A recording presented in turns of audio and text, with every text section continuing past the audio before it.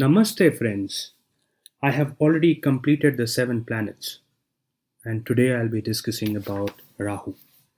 Now, what exactly is Rahu? So, there are 2 planets which are considered to be secondary planets or shadowy planets. These are the north node of the moon and the south node of the moon, or you can call it as dragon's head and dragon's tail. Now, the dragon head or the north node of moon is called as Rahu, whereas the dragon's tail or the south node of moon is called as Ketu. Now, Rahu and Ketu, as I discussed before, are regarded as secondary or shadowy planets. Now, when I talk from an astronomical point of view, these are the planets which do not exist in the solar system. So they represents the points at which the moon's orbit, right, where the orbit of the moon crosses the celestial equator. Astrologically, because these are the points which can create eclipses also, hence they are not very good for a person's life, generally speaking. Of course, Rahu and Ketu can have benefic effects to you as well, and you consider the north node to be more expanding in nature or is about expansion, whereas south node of the moon is considered to be contraction, and hence north node is more dangerous, more negative than the south node. Hence Rahu is considered to be more negative than Ketu. Now it's a little tricky to understand Rahu and Ketu in comparison to other planets because they don't exist in the solar system.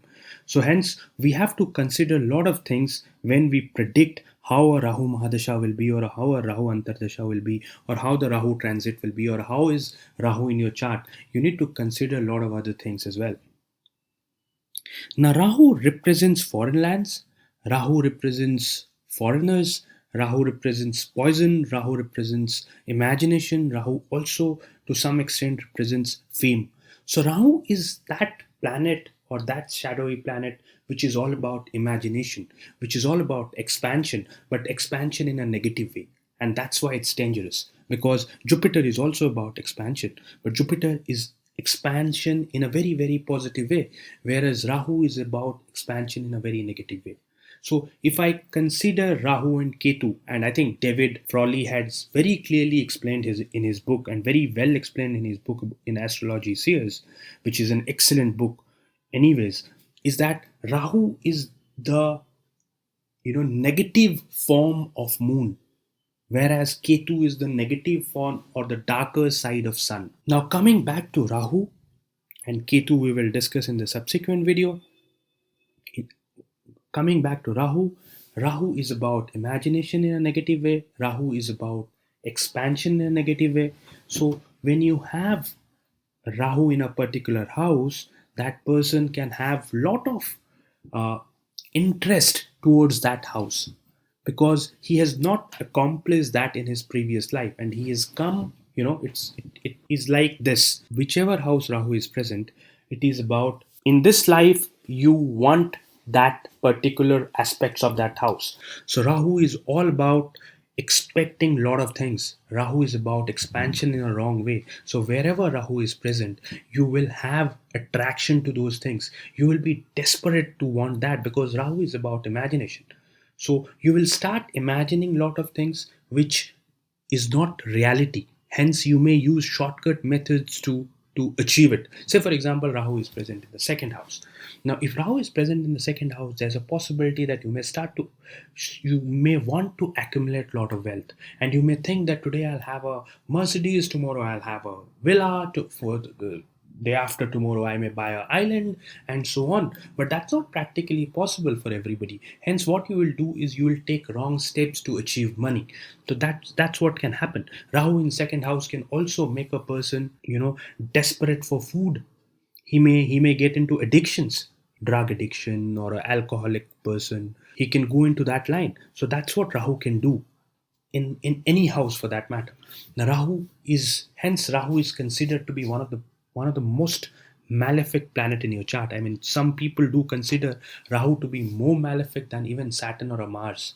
Now Rahu is very similar to that of a Saturn, whereas Ketu is very similar to that of a Mars. But Rahu is considered to be even more malefic than Saturn, because Saturn can be controlled, Saturn can be walked upon, but because Rahu is about imagination, it's kind of a little difficult to work on a Rahu. Now, if Rahu is present in your third house, if Rahu is present in your sixth house, if Rahu is present in your 10th house, it's usually Rahu does well there. So, not everything about Rahu is bad.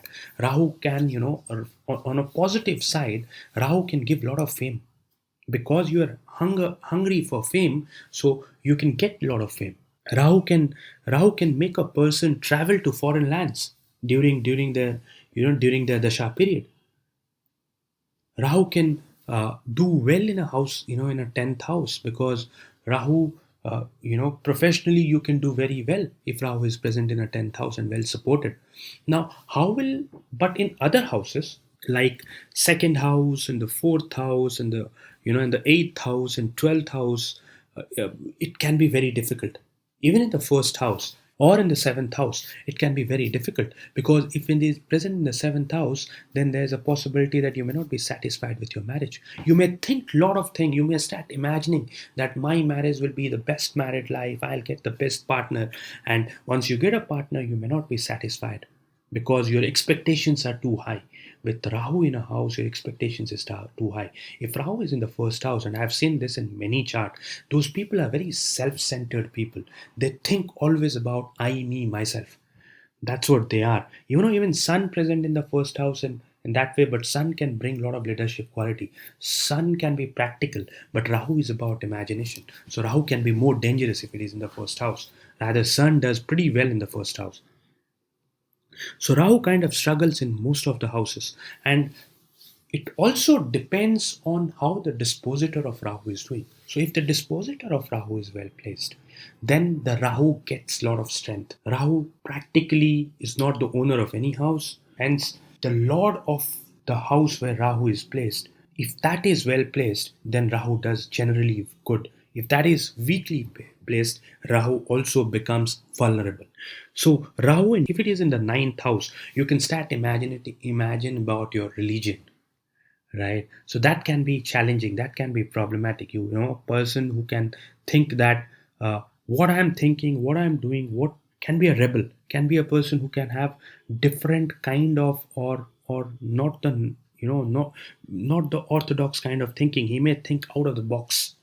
He may start forming new religion or new organization. But Rahu does pretty okay in the Upachaya house, as I said before, in the third house, sixth house, 10th house, or maybe the 11th house. These are the places where Rahu is pretty comfortable. If Rahu is placed in these houses and the dispositor of Rahu is well placed, then the Rahu does well. Rahu will give a lot of wealth. Rahu give a lot of popularity, a lot of fame uh, during Rahu Mahadasha. Now, coming to signs, some people say that Rahu does well in Taurus or is exalted in Taurus. Some people say that Rahu is exalted in Gemini. Now, for me, or according to me, Rahu, I'm not sure if Rahu is exalted in Taurus or Gemini.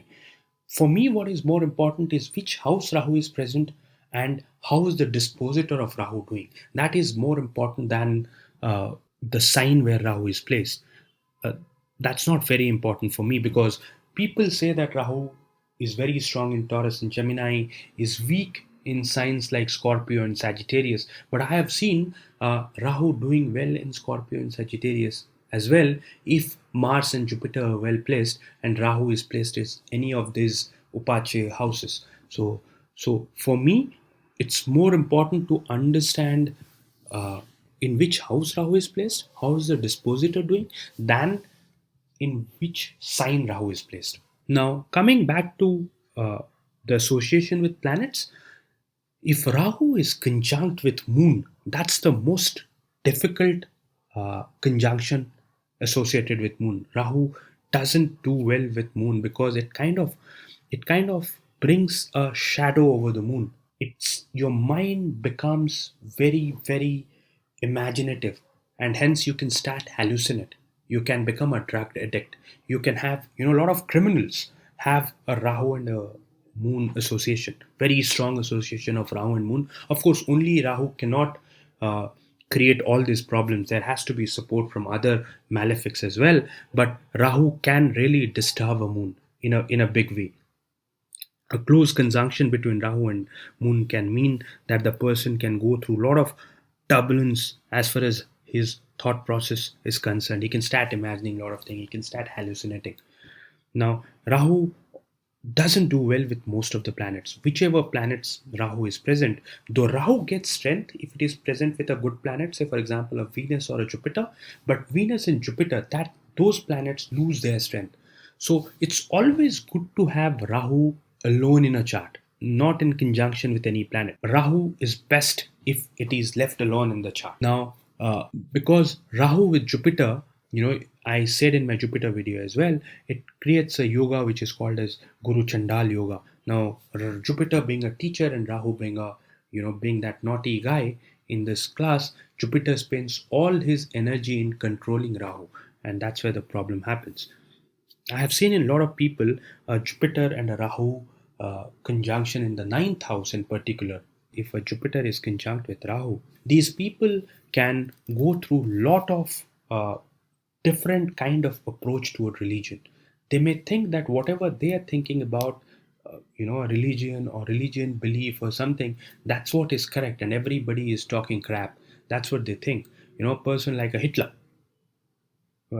I'm not sure if Hitler has this combination in his chart, but usually people like this have this kind of a combination of Jupiter and Rahu in the ninth house. So Rahu is generally a difficult planet, and Rahu Mahadasha can generally bring difficult stuffs. There can be tendency to do lot of illegal stuffs. There can be tendencies of you going to, going behind the bars or getting addicted to some things. So whenever Rahu Mahadasha comes, try to be practical. Your mind can think, or you can start getting a little imaginative. So try to control that. But if your Rahu is well placed, if the dispositor is well placed, then you are kind of safe. Rahu can give you a lot of good things in that period also. That's definitely a possibility.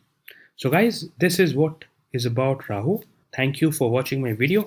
Please do subscribe to my channel if you like my videos. Bye bye. Take care, guys.